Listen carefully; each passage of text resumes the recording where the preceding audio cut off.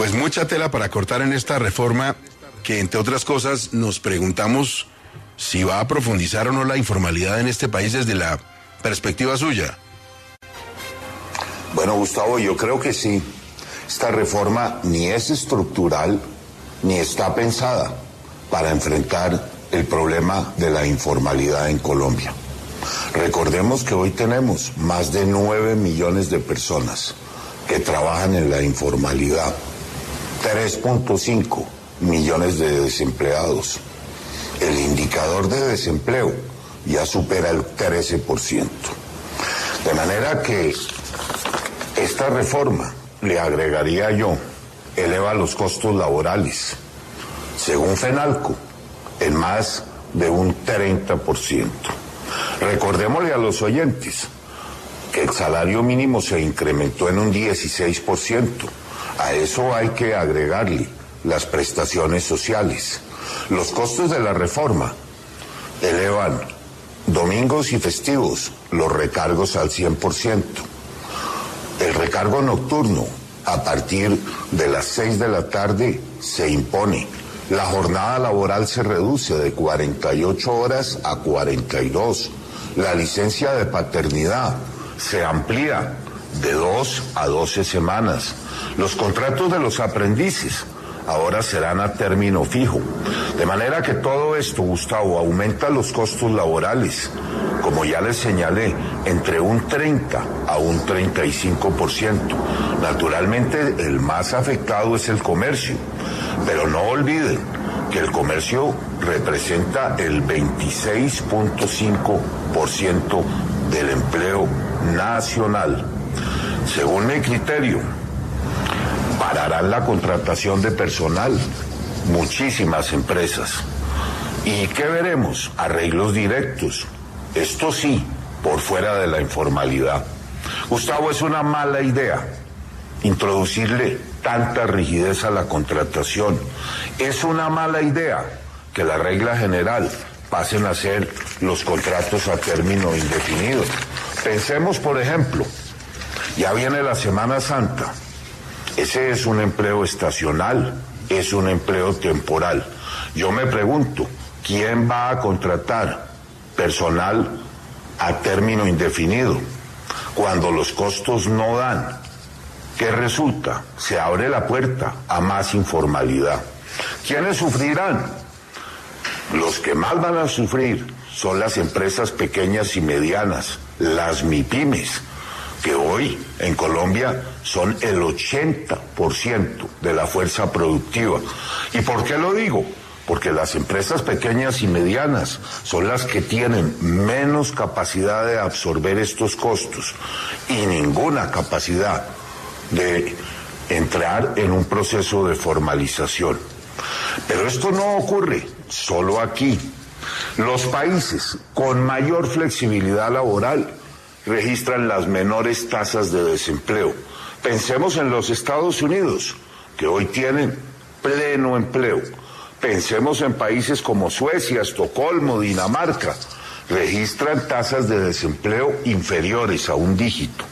Por el contrario, los países con menor flexibilidad laboral, como Francia o como España, ya rondan un 20% de desempleo. De manera que en mi criterio, esta reforma va a fomentar la informalidad. Doctor Vargas, ¿cómo cree usted que la reforma puede afectar el ingreso de los colombianos, de las dos partes, los formales y los no formales? Juan o Jorge, ¿quién me pregunta? Jorge, sí señor. Jorge, bueno, la va a afectar de dos maneras. En primer lugar, si se estimula la informalidad y si no se contrata, pues miles de colombianos van a dejar de percibir un ingreso. Pero le agregaría, si las empresas no pueden absorber los costos, estos serán trasladados al producto final, a los consumidores. Pensemos en los alimentos, en la ropa. Terminarán afectando el bolsillo de todos los colombianos, porque alguien tiene que pagar estos mayores costos laborales. Y naturalmente el sector productivo se los trasladará al producto final. Eso significa más carestía, más inflación, menos consumo. Y si la gente naturalmente compra menos, también se restringe la capacidad del sector productivo para generar empleo. Le repito, alguien va a pagar los mayores costos que implica esta reforma, y eso seremos todos los colombianos, viendo afectado el precio final de los alimentos y de los insumos básicos. Doctor Vargas Lleras, es decir que lejos de que esta reforma genere la creación de nuevos empleos, ¿usted lo que está viendo es que puede generar más despidos? Naturalmente, Diana, baja la creación de empleo.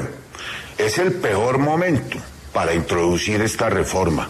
Recordemos que según los pronósticos de varios economistas, incluido el Banco de la República, Colombia va a bajar de una tasa de crecimiento del 7.5 al 0%.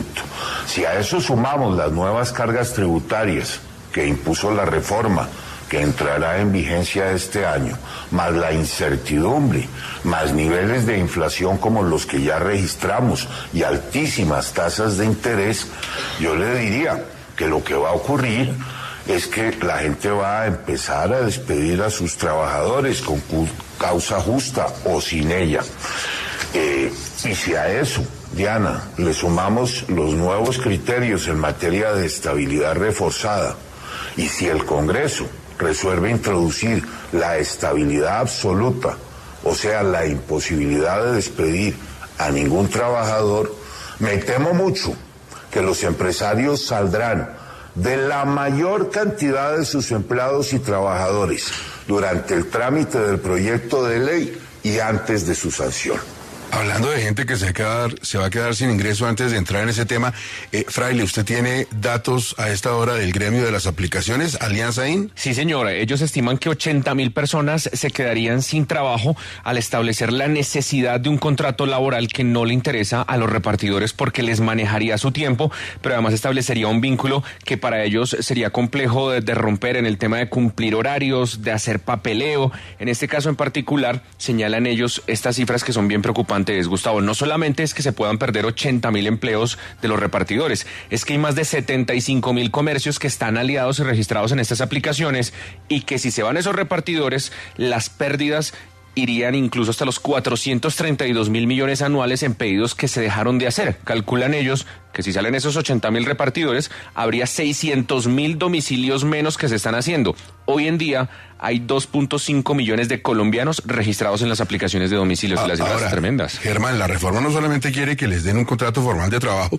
sino que no les exige exclusividad, o sea que es una cosa absolutamente inviable en la realidad. Comparto las opiniones que expresó Jorge.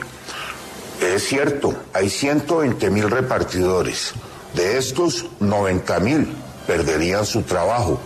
Lo perderían empresas como Rapid, como Mensajeros Urbanos, como Pilibox, porque en este ambiente de trabajo a través de las plataformas no existen barreras de acceso. Me refiero, cualquier persona puede empezar a trabajar mañana, si así lo desea, a generar un ingreso.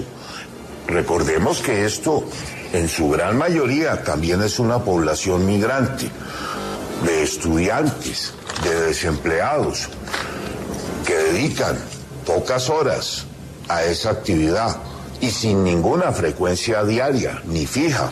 A la mayoría no les interesa tener un horario fijo de trabajo. Lo hacen por pura necesidad económica, pero quieren preservar su independencia. Económicamente, Gustavo, es imposible de un día para otro convertir a 130.000 repartidores en 130.000 empleados fijos, vinculados mediante un contrato laboral. Y tiene razón Jorge, hay 75.000 comercios que se verían afectados, 2.5 millones de usuarios, 8 millones de pedidos sufrirían, pero el gobierno ha hecho oídos sordos.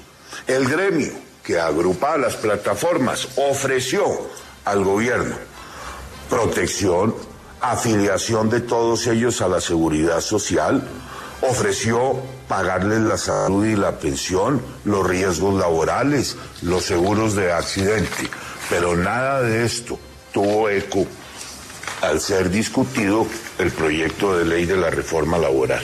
Hablando del gobierno, el presidente, pero sobre todo el viceministro de Trabajo, le contestaron en la columna y lo atendieron un poquito, sobre todo en la parte sindical. Naturalmente, Gustavo, pero el viceministro de Trabajo, según mi criterio, y ustedes espero lo compartan, habla más como un dirigente sindical que como un viceministro de Trabajo. ¿Esta reforma favorece excesivamente a los sindicalistas o no? Pues claro, en mi criterio está pensada para complacer a 1.2 millones de trabajadores que hoy se encuentran sindicalizados, pero particularmente a sus élites. Si quiere, le menciono qué incluye este proyecto y que es muy preocupante sobre el derecho a la huelga. En primer lugar, autoriza las huelgas de manera indefinida en asuntos tan delicados como los servicios públicos. De manera que en el futuro veremos a las generadoras de energía o a las distribuidoras sin prestar el servicio porque se les permite parar indefinidamente. Lo veremos en los servicios de transporte, en los servicios de salud, de alimentación, en el sector financiero, inclusive en compañías como la de celulares o de la de seguridad. La huelga, le repito, de aquí en adelante podrá ser indefinida. Esto conducirá huelgas indefinidas a la quiebra de empresas, a la propia afectación de la sociedad en su conjunto. Acabará además con el ingreso de los propios trabajadores sindicalizados, porque en una huelga indefinida, pues naturalmente no recibirán salario. Es una manera en que una tercera parte de los afiliados a un sindicato pueden arrodillar a las mayorías y a los empresarios en los procesos de votación de las huelgas.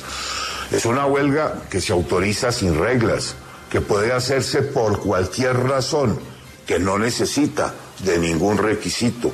Claro, los ingresos de los sindicatos subirán enormemente, ya que todos los trabajadores de una empresa, estén o no sindicalizados, tendrán que pagar de su salario los aportes al propio sindicato. Genera la impunidad más absoluta, pues además de que se reducen las causales para declarar la ilegalidad de la huelga, los responsables ni podrán ser despedidos por justa causa. Para no hablarle